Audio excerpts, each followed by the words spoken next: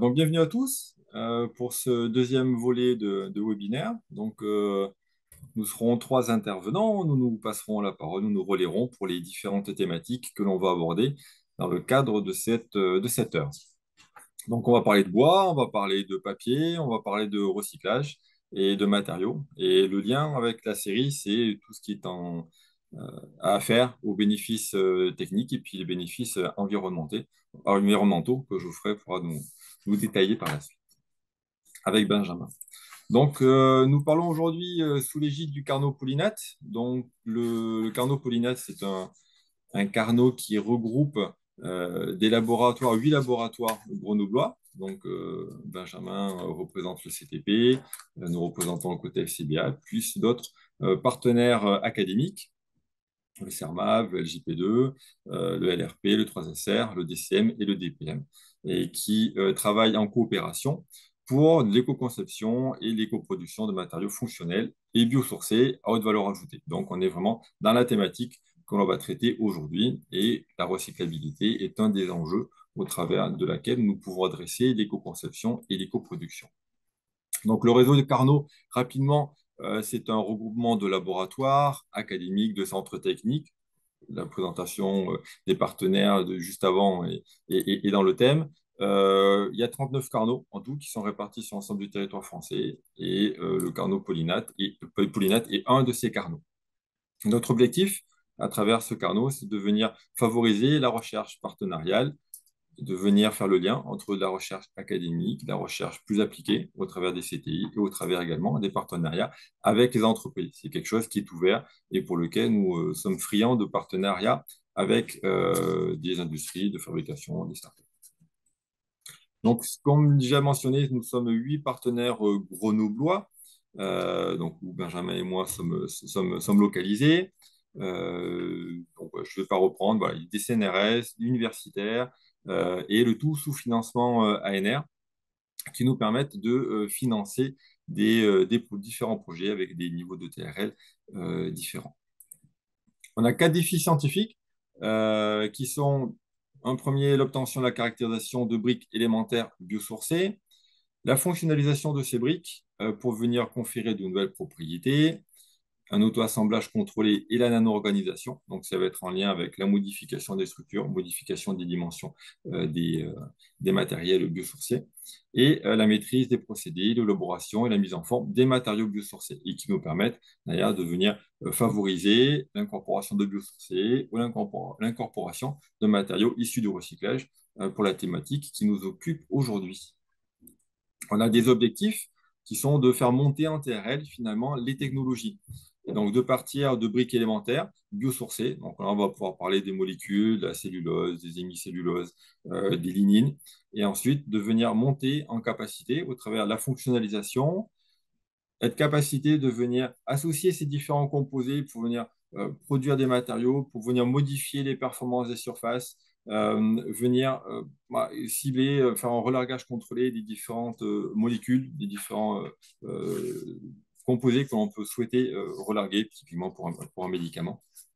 Et le dernier niveau, qui est plus proche de la réalité industrielle, c'est l'élaboration, la mise en forme, au travers des pilotes qui peuvent être disponibles, au travers du CTP, au travers du FCBA, pour venir valider la montée en échelle, valider la capacité de fabrication des différents systèmes qui auront pu être testés dans les phases amont. Et au niveau des thématiques, voilà, on va retrouver les 2 thématiques dont on va parler aujourd'hui. La thématique pâte, papier, carton, et une thématique bâtiment et ameublement, donc, dont on va parler plus principalement au niveau du recyclage, l'emballage également, au travers du CTP. Et ensuite, d'autres technologies, au niveau d'autres champs d'application, qui vont être la chimie, l'imprimerie, l'électronique verte, la santé et les cosmétiques, les composites et la plasturgie, qui peuvent être une des voies d'amélioration ou d'incorporation de biosourcés, et également l'énergie et les transports. Donc, ça fait 8 thématiques assez vastes, et pour lesquelles l'apport de biosourcés, l'apport de matériaux issus du recyclage peuvent permettre de faire baisser l'impact environnemental. Donc, quelques chiffres clés au travers de notre Carnot. On a 16 millions d'euros de recherche partenariale, 400 brevets qui ont pu être déposés. un budget voilà, de 30 millions d'euros et 230 publications de rang A. Et au total, nous sommes 400 chercheurs sur l'ensemble des 8 partenaires. Donc, comme mentionné, l'Institut Carnot a pour mission, pour ambition, de venir faire augmenter, améliorer l'impact environnemental et au travers de l'éco-conception des matériaux innovants. Au dernier webinaire, qui s'intitulait Comment introduire du biosourcé dans vos produits par l'innovation, on a montré que le biosourcé à base de bois, par extension la cellulose, on a vu une intervention de Yotam Navon du CTP également qui nous avait présenté les différents enjeux qu'il peut y avoir au travers de la valorisation des fibres comme pour la cellulose moulée. Et donc le bois est apparu comme un moyen pour réduire l'impact carbone des matériaux. Voilà. L'envie étant que, le constat étant que les pétro-ressources qui ont envahi le marché depuis les années 45 sont toutes basées sur des extractions fossiles. Et donc l'enjeu, c'est de retrouver des voies de valorisation pour les matériaux biosourcés. Bon, on a pris l'exemple du bois parce que c'est un sujet que nous maîtrisons bien. Les conclusions qu'on a pu faire au premier webinaire, c'était de dire que on peut venir introduire du biosourcé pour remplacer le pétro-sourcé. On a différentes voies d'introduction pour les biomasses. On peut l'utiliser sous forme de plateforme chimique. On avait vu que la lignine pouvait être un des composés qui pouvait remplacer le phénol. On a vu également qu'on pouvait avoir une source des matériaux, sous forme de matériaux, au travers de l'utilisation des fibres. Je vous ai parlé de la cellulose moulée qu'avait présenté Yotam. On a également le papier, on a également les panneaux à base de fibres, qui sont également des exemples que l'on verra par la suite. Et donc, l'introduction de biosourcés était une des voies qui permettait d'améliorer le bilan environnemental. Ce n'était pas la seule, il y a d'autres solutions, et ce n'était pas évident non plus que l'introduction de biosourcés permettait de venir baisser l'impact environnemental. Il faut envisager les notions de transfert de pollution, notamment les contaminations des eaux, les enjeux qu'il peut y avoir au niveau de l'atmosphère, et qu'il était nécessaire de faire une évaluation au travers d'une méthodologie qui était normée. Donc, il fallait vérifier au travers d'une évaluation d'impact et au travers de l'éco-conception dont je parle depuis tout à l'heure, qu'il était possible de venir réduire l'impact environnemental au travers de l'usage de matériaux biosourcés. Ce n'était pas suffisant. L'éco-conception nécessite aussi de penser à la fin de vie. Et la fin de vie, ça veut dire le réemploi, la réutilisation ou bien le recyclage des matériaux dans d'autres composés. Et c'est ce point-là que nous vous proposons d'adresser aujourd'hui en faisant une illustration au domaine du bois, donc le recyclage du bois, et le recyclage de la cellulose pour la fibre de bois, la fibre papetière, qui sera présentée par les parties qui sont présentées par Benjamin. Donc le programme que vous avez tous vu dans la présentation du webinaire, quelques chiffres dans un premier temps, les ressources bois, les ressources cellulose, les exutoires, les solutions que l'on a actuellement pour le recyclage. Également, un point important que sont de mentionner les éco-organismes, qui sont des acteurs économiques capitaux pour cette filière. Les utilisations, les enjeux, on verra le papier d'un côté, papier carton d'un côté, les panneaux, les filières qui se mettent en place et des exemples de projets qui illustreront les enjeux qui existent au travers du recyclage. Et ensuite, nous terminerons par les motivations, les bénéfices environnementaux et les verrous qui peuvent rester à lever en tant que conclusion. Et donc, je vais laisser la parole à Geoffrey qui va vous pouvoir présenter les différents points qui sont liés aux déchets à base de bois. Oui, bonjour à tous. Donc, en ce qui concerne les déchets de bois, on a quatre grandes catégories productrices de déchets. On a d'abord les déchets de production qui vont être tout ce qui concerne les copeaux, les sciures, les chutes de production au niveau des entreprises. Les déchets d'emballage qui sont essentiellement les palettes, des questions de transport, mais aussi plus marginalement les cagettes.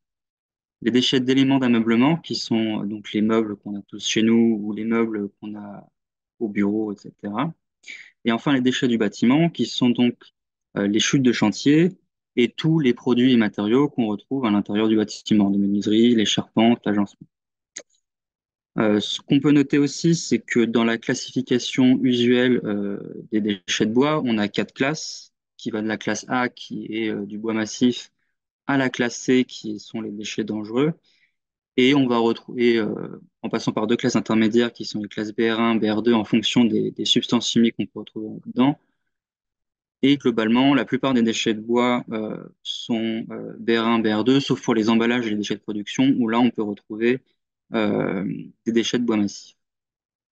Et donc désormais, on va parler des gisements pour comprendre un peu plus les périmètres de chacun de ces types de déchets de bois. Donc globalement, pour ce qui est du total déchets de bois collectés, on est autour des 7 millions de tonnes, avec une répartition 2 millions de tonnes pour les déchets du bâtiment, 1 million de tonnes pour les déchets d'éléments d'ameublement, à peu près pareil pour les déchets d'emballage, et environ 1,5 million pour les déchets de production. On a aussi une boîte en mélange qui sont les déchets collectés en mélange via le service de prévention de la gestion des déchets avec des bennes déchets non dangereux et bois en mélange. On a environ 2 millions de tonnes qui est un mélange des différentes catégories qu'on a au-dessus, essentiellement des déchets de production et de bâtiment. Et en ce qui concerne le papier et carton, on a, pour ce qui est des emballages ménagers, environ 1 million de tonnes.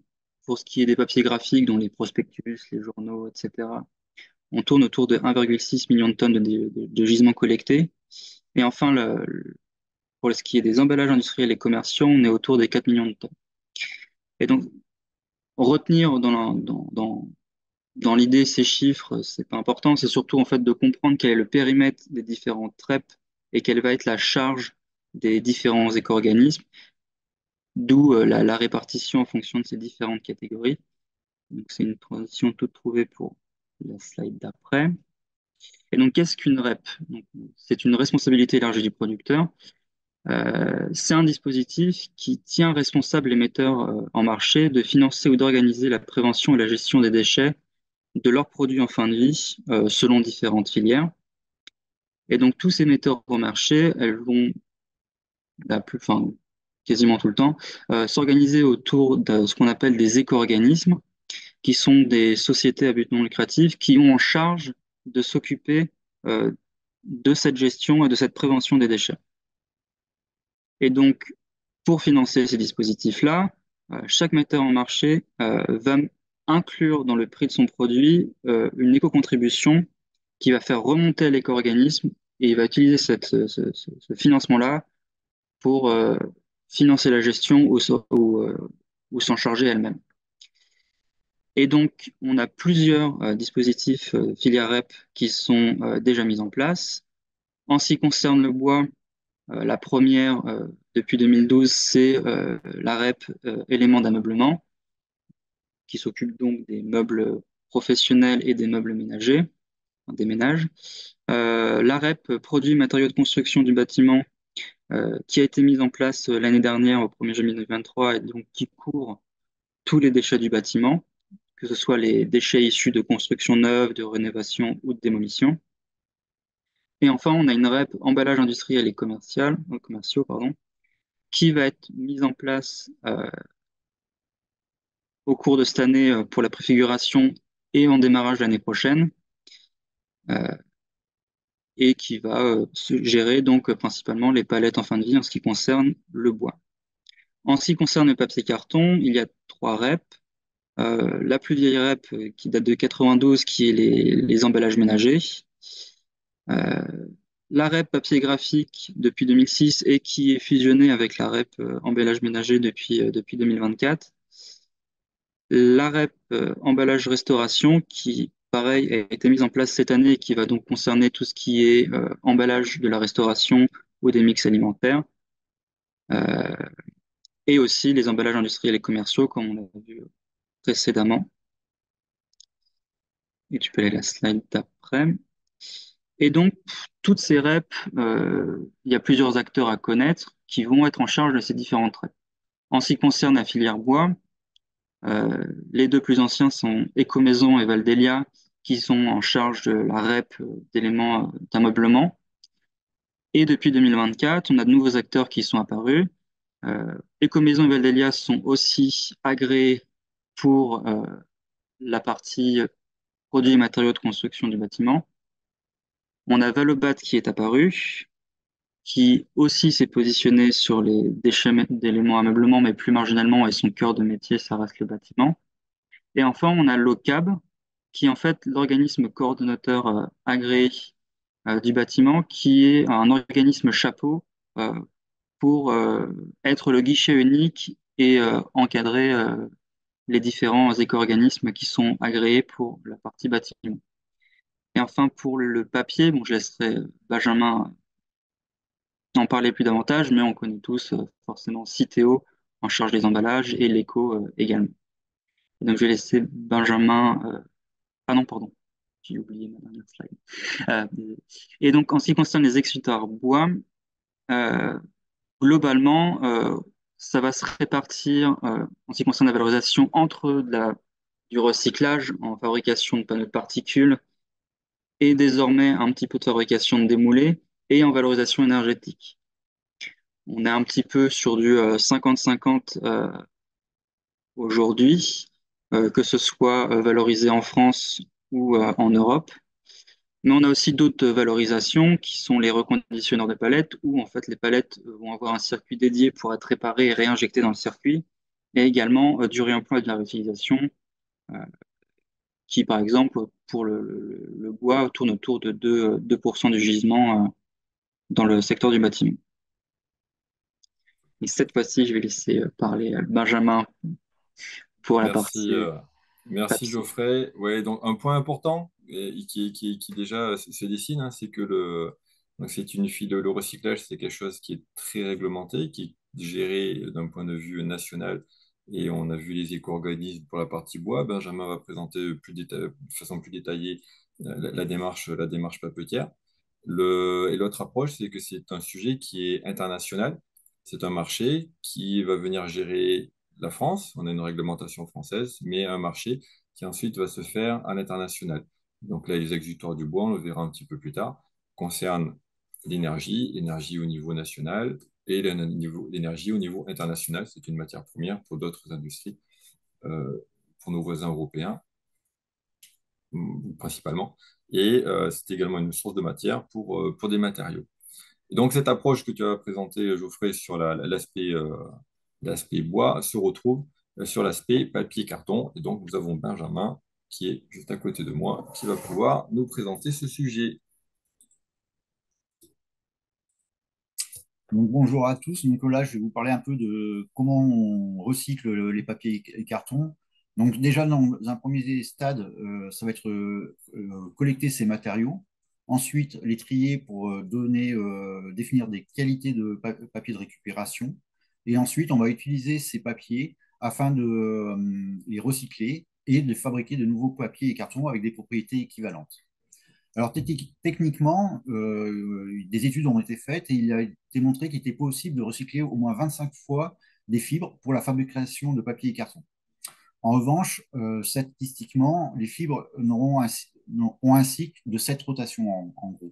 Ce qu'il faut savoir, c'est qu'on a des papiers dits résistants à l'état humide que l'on ne sait pas recycler, comme par exemple les billets de banque.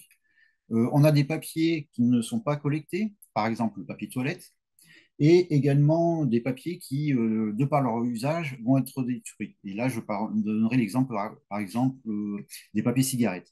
Ce qui fait qu'en fait, on va avoir potentiellement 80% de matériaux qui va pouvoir être collectés et recyclés. Et en fait, si on fait 7 fois le 80%, en fait, on tombe quasiment à zéro. Donc, c'est pour ça qu'on dit qu'il y a cette rotation d'un point de vue statistique. Donc sinon, si on regarde l'utilisation des papiers, des fibres recyclées au niveau européen, ce qu'il faut savoir, c'est qu'elle est en constante progression et à l'heure actuelle, elle constitue la source majoritaire des fibres qui sont utilisées pour la fabrication de papier et carton. Pour la fabrication de papier et carton, dans les années 90, on a utilisé à peu près 35% de papier recyclé et plus récemment, on est quasiment proche des 50% à l'heure actuelle. Donc après, comment sont utilisés ces papiers à recycler? En fait, les taux d'utilisation vont être variables selon les sortes de papier et carton qui vont être produits. À titre d'exemple, par exemple, ceux qui vont avoir un taux d'utilisation les plus importants vont être la fabrication des papiers journaux et également les cartons d'emballage type papier pour onduler.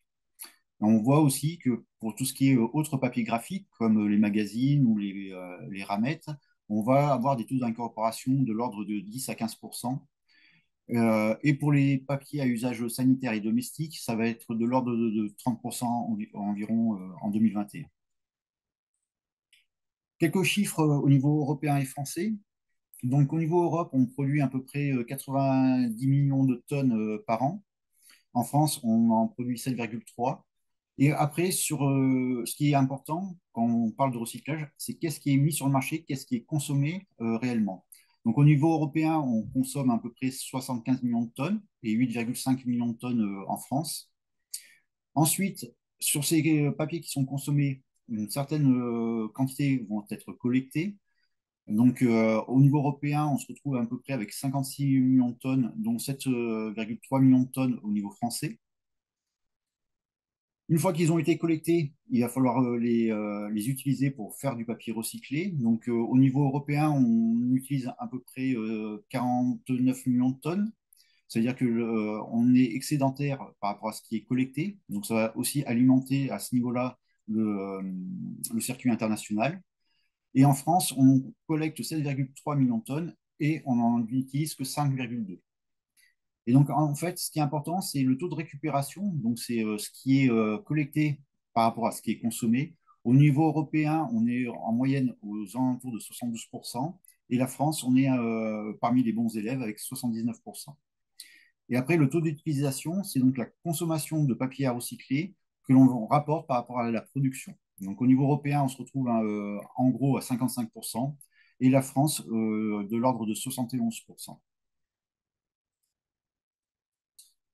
Donc, si on se focus un peu sur la France, donc là, c'est des chiffres de 2020. Donc, la ressource, en fait, c'est la collecte sélective qui représente environ 2 millions de tonnes par an.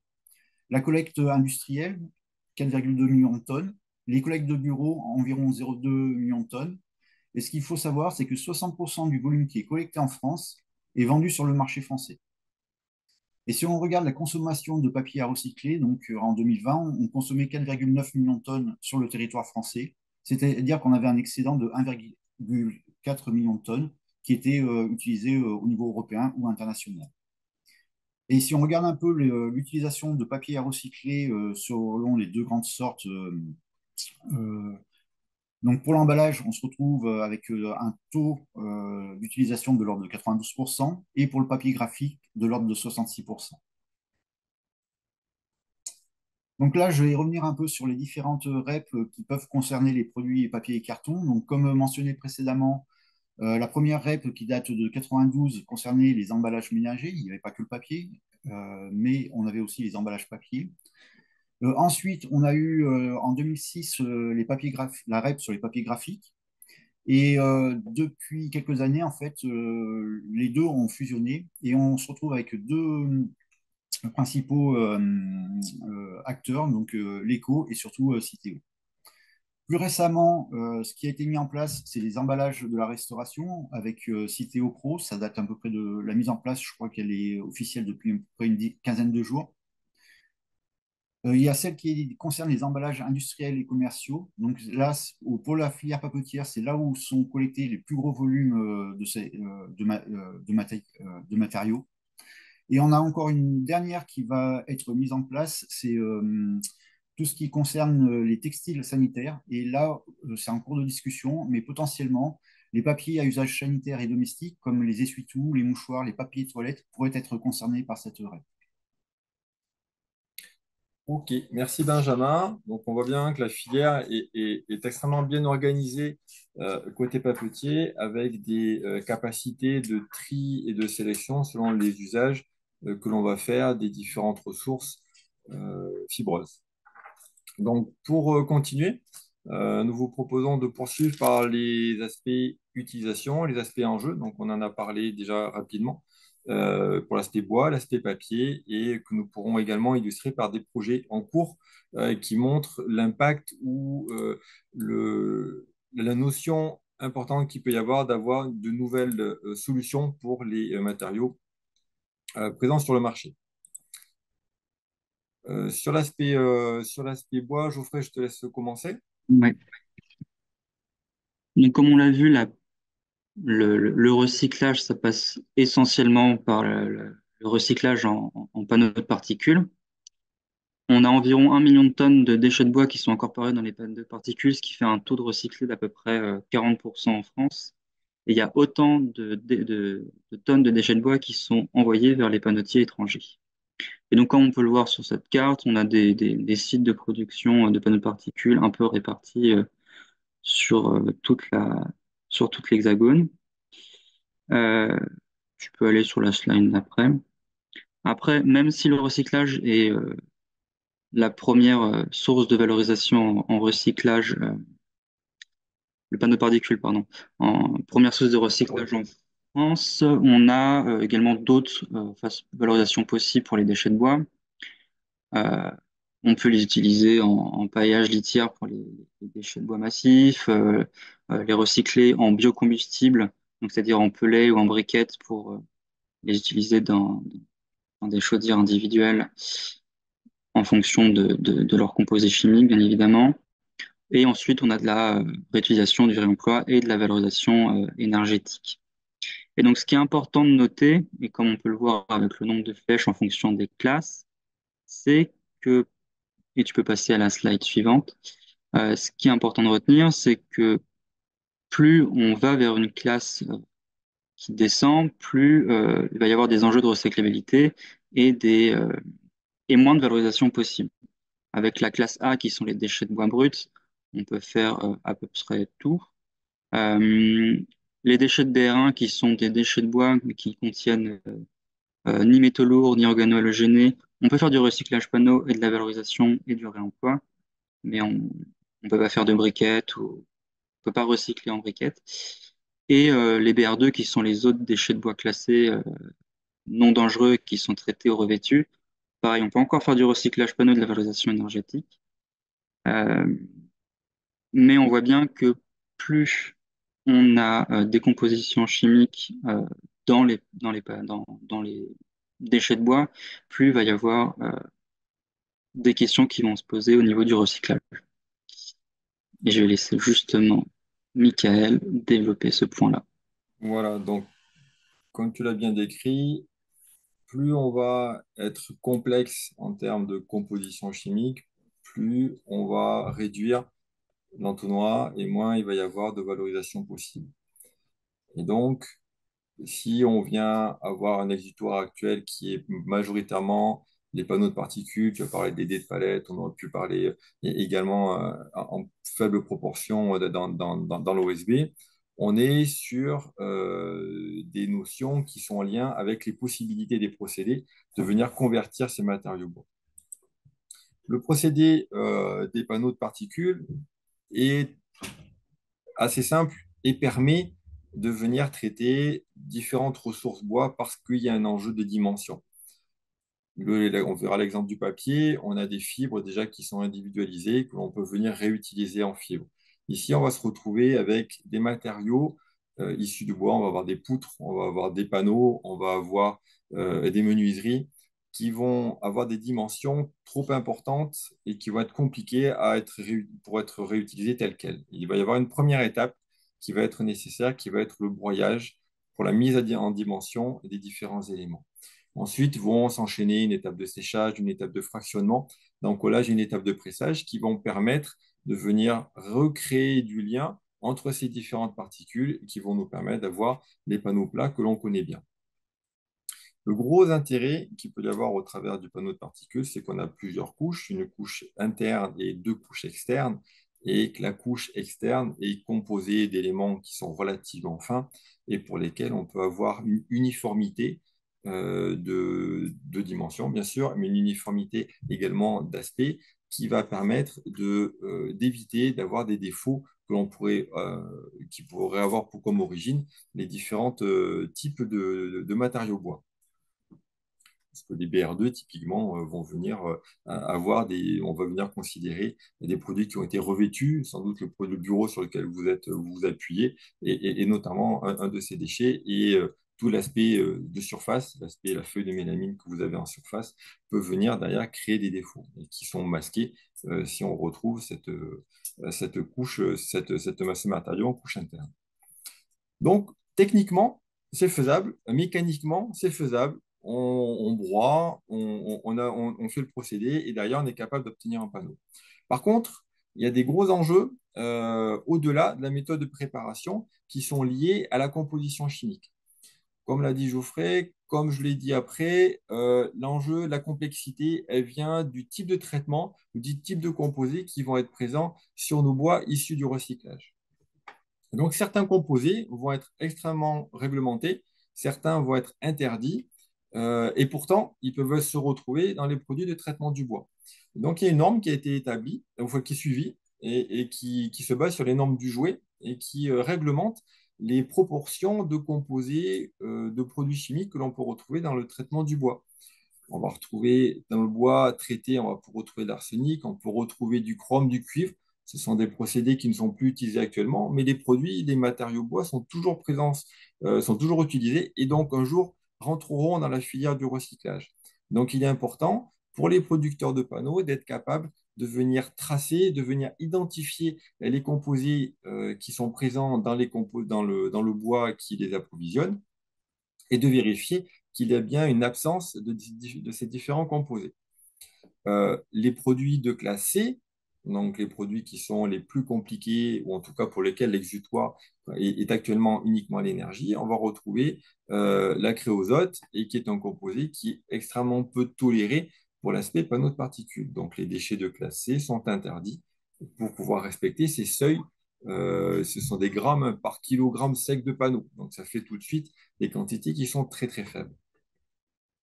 On a les normes de l'EPF, mais on peut également avoir des labels. Alors ici, c'est l'exemple du label Nature Plus. Il y a d'autres labels qui existent, qui sont encore plus drastiques et qui imposent d'avoir un taux de contaminants, alors les contaminants étant ce qui est non-bois, le plus faible possible. Et on divise par 2, parfois par 10, certains des composés que l'on va retrouver dans la filière du recyclage du bois.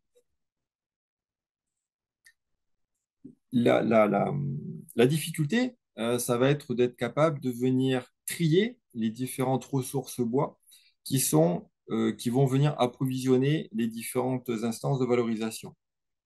Ici, pour le panneau de particules, comme on veut éviter d'avoir du bois de classe C, il va falloir faire un tri en amont et être capable de venir flécher, venir sortir les différents composés qui peuvent être contaminés. Et ce, pour venir garantir à l'utilisateur, garantir aux fabricants de panneaux, fabricants de plots de palettes, qu'il y a bien une absence de ces différents composés. Sinon, cela peut venir contaminer un lot important de particules qui sont autant de matières qui sont rejetées derrière et qui sont valorisées en énergie et non plus valorisées en tant que matériaux. Et cette approche est extrêmement actuelle puisque l'évolution des REP, comme l'a dit Geoffrey,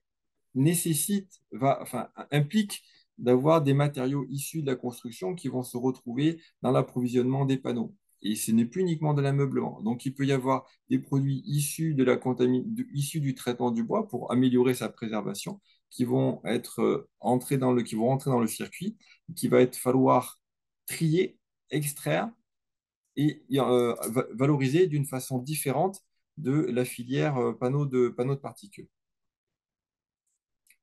Donc, comme mentionné, on peut venir recycler le bois en matériaux. On peut prendre toutes les catégories pour les matériaux hors classés. Et également, un point important, ce sont les panneaux de fibre. Les panneaux de fibre n'ont pas de problème d'un point de vue chimique. Par contre, d'un point de vue processabilité, c'est déjà plus compliqué. Un panneau de fibre est beaucoup plus poreux que ne va l'être un morceau de bois massif ou un panneau de particules qui a déjà été recyclé. Et donc, il va y avoir une perturbation au niveau du procédé. Donc, il va être important de venir extraire ces panneaux de fibre. Un point qu'on n'a pas forcément mentionné jusqu'à présent, c'est que le bois recyclé, quand on vient pour les panneaux de particules, on vient injecter 40%.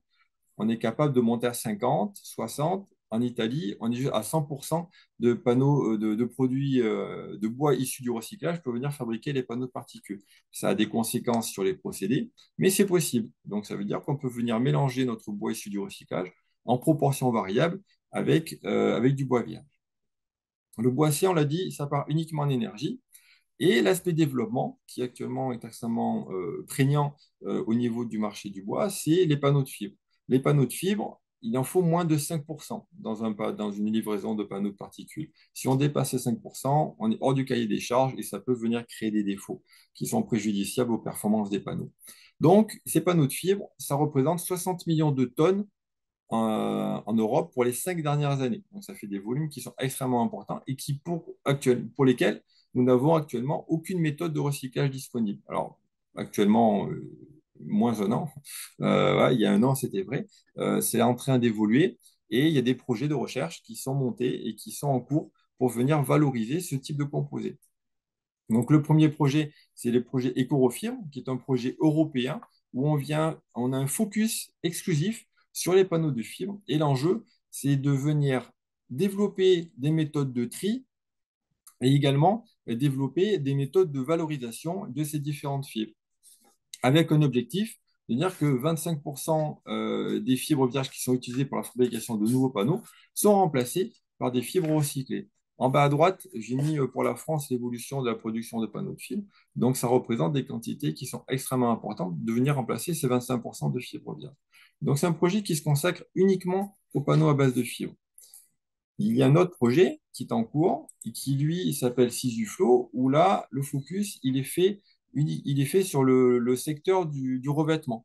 Donc, on ne s'intéresse pas uniquement aux panneaux à base de fibres, il y a également les sols en PVC, les sols en moquette. Et le premier enjeu, comme déjà dit, c'est de venir gérer le tri, gérer la reconnaissance des différents composés. Et donc, il y a des méthodes qui sont mises en place. C'était vrai pour Ecorofibres, c'est vrai également pour Sisuflow, où il va y avoir un enjeu de venir séparer les différents composés selon leur qualité. Benjamin le disait pour le papier, le registrera ensuite. Il y a différents grades de papier que l'on peut trier, que l'on peut venir fractionner et ensuite valoriser différemment. Et donc, ça permet de multiplier derrière les voies de valorisation et les pertinences quant à leur utilisation.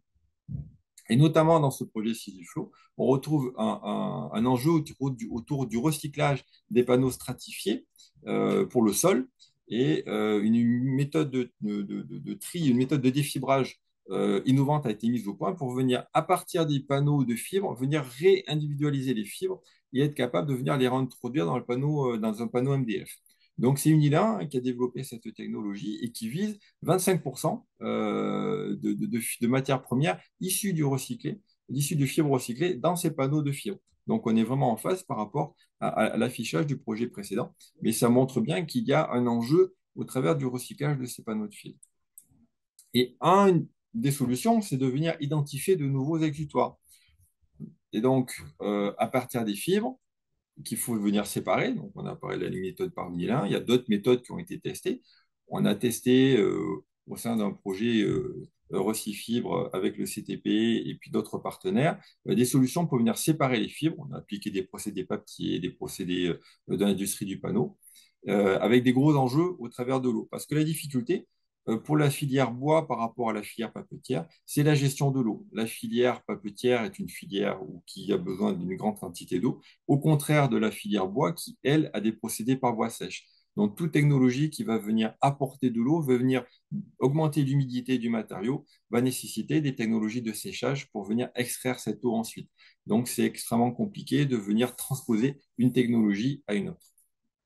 On avait testé notamment, dans le cadre de ce projet, la compatibilité avec les procédés existants. On avait testé des panneaux de fibres isolants et également des procédés de valorisation de fibres sous forme de pâte Kraft. On a vu que c'était possible. Par contre, les qualités sont moindres par rapport à ce que l'on peut avoir par rapport à du bois vierge. Ça, c'est un constat que l'on fait malheureusement quand on vient recycler, on vient obtenir un matériau qui est de qualité moindre par rapport à la matière vierge. Toutefois, on peut venir adapter les procédés, venir créer des nouvelles filières qui nous permettent de venir valoriser ces matériaux. Dans le cadre du projet Recifibre, on est monté à 10% jusqu'à ce qu'on ait une chute trop importante des propriétés. Donc, on a pu refaire un panneau de fibres à partir de 10% de fibres issues du recyclage. Hein, on vise 25, hein, donc il y a encore un enjeu d'amélioration des performances ou d'adaptation des procédés. On peut également fabriquer des panneaux de fibres dures qui, eux, sont obtenus par voie humide. Donc, tout ça pour vous montrer que le recyclage du bois est quelque chose de moderne, quelque chose d'actuel d'extrêmement important pour les industries pour venir continuer à utiliser un maximum la ressource et limiter autant que faire se peut une valorisation sous format d'énergie qui est directement impactante d'un point de vue environnemental puisque le CO2 est réémis dans l'environnement. Je laisse Benjamin maintenant présenter l'aspect papetier. Donc là, c'est juste pour vous illustrer un peu les cycles de vie des différents papiers et cartons, en gros, en fonction de trois grandes catégories. Donc, au niveau des emballages, comme vous pouvez le voir, c'est que le cercle est relativement bien fermé, c'est-à-dire qu'on a vraiment des taux de recyclage importants pour la fabrication de l'emballage.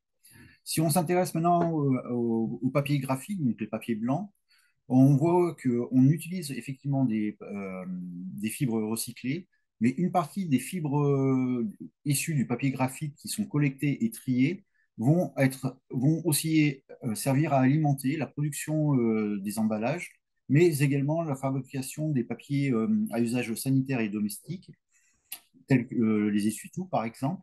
Et là, sur cette filière-là, on voit que la boucle ne se ferme pas. On va dire c'est une boucle ouverte. Le papier toilette, une fois que l'on a tiré la chasse d'eau, ça part dans les égouts.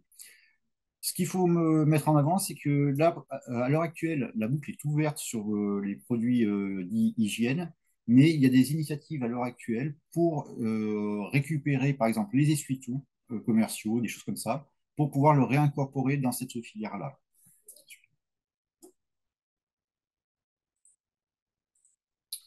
Donc, en gros, c'est une fois que les matériaux papier et carton ont été collectés, on va les trier.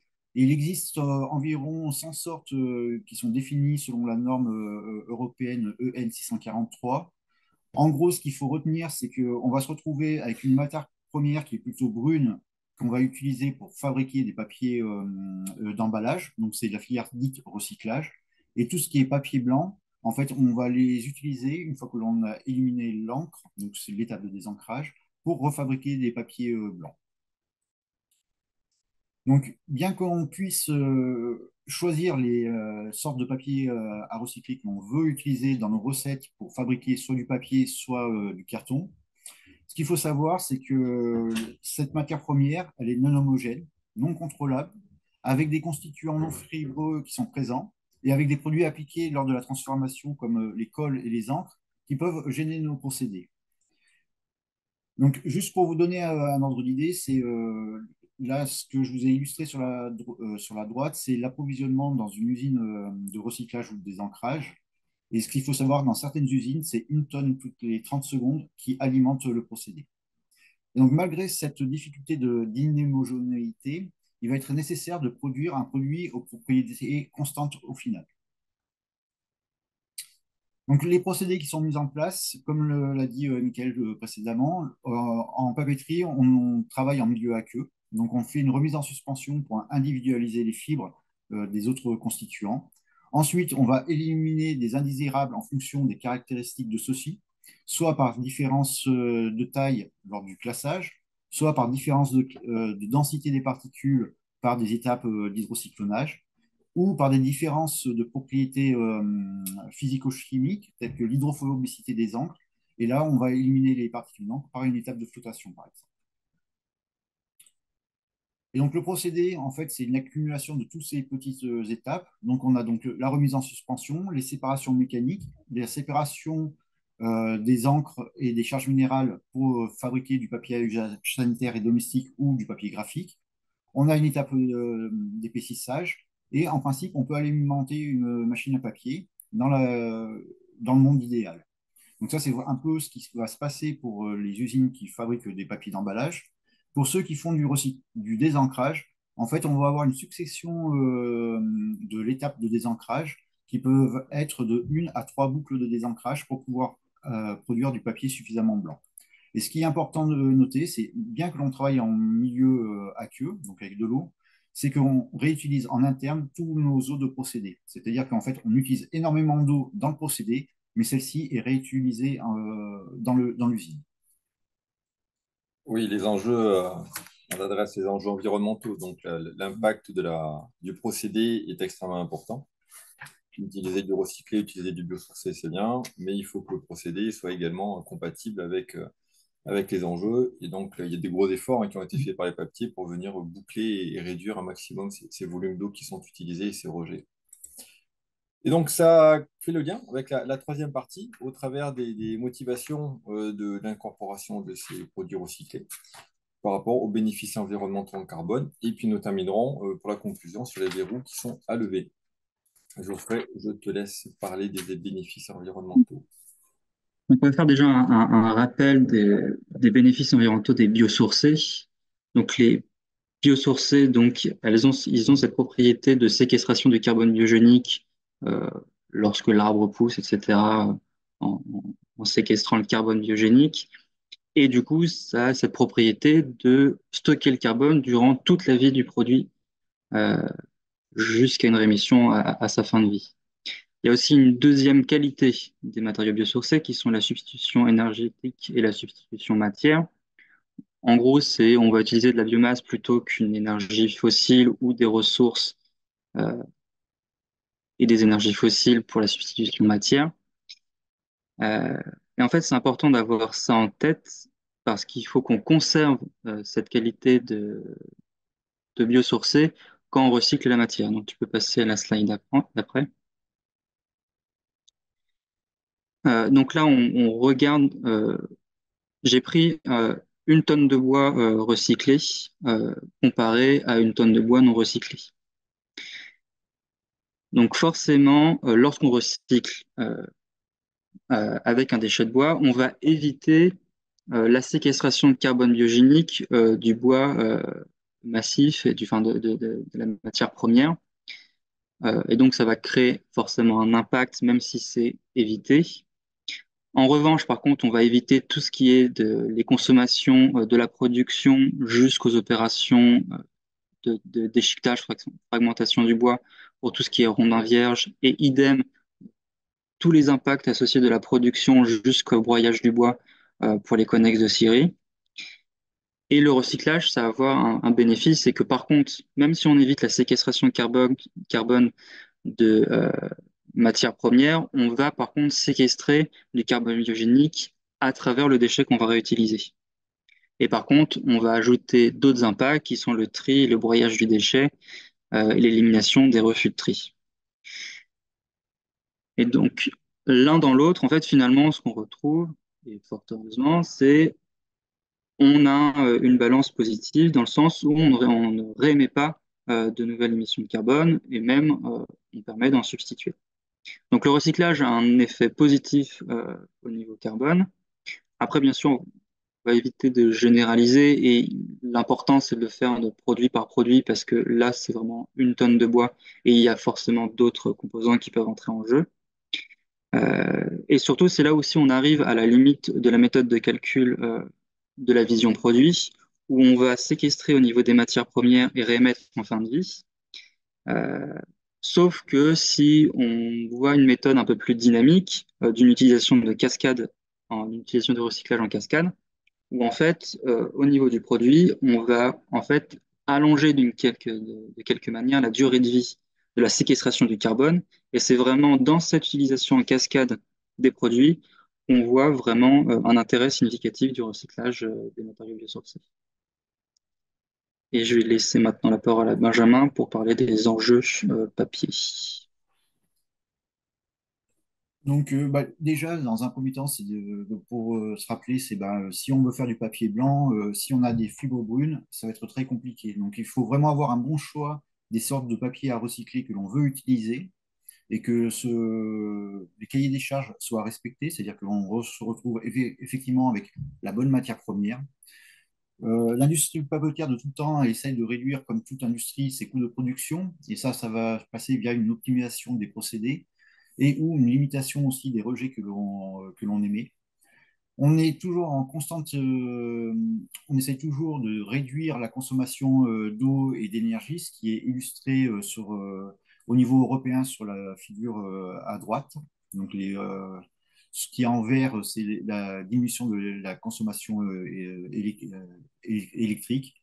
et aussi la diminution de la consommation d'eau à l'entrée. Ce qu'il faut savoir, c'est qu'on va avoir dans nos balles de papier de récupération la présence de matériaux non fibreux qui peuvent provenir d'un mauvais tri et ou de la présence de matériaux complexes, c'est-à-dire du papier ou un carton sur lequel ont été appliqués, par exemple, un film plastique. Nous, ces films plastiques, par exemple, ils vont être rejetés par nos procédés. Donc, une fois qu'ils sont rejetés, on va avoir des surcoûts de production et de traitement. On a aussi l'apparition de nouveaux produits qui ne sont pas nécessairement compatibles avec les procédés industriels existants. Donc, il y a vraiment un travail sur l'éco-conception qui est réalisé. Et si vraiment la finalité du produit fait qu'on n'est pas capable de les recycler dans une filière conventionnelle, c'est de développer une nouvelle filière avec des procédés adaptés. Et donc, à chaque fois, nous, pour un papetier, c'est vraiment réduire au maximum la quantité de nos rejets et également de trouver des nouvelles voies de valorisation de ceux-ci. Un point qu'on peut rajouter, hein, c'est qu'on a eu fait des projets où les matériaux à base de bois, les fibres, on a parlé, étaient réinjectés dans les procédés papier. À l'inverse, que des rejets papetiers soient intégrés dans des panneaux à base de bois est tout à fait possible.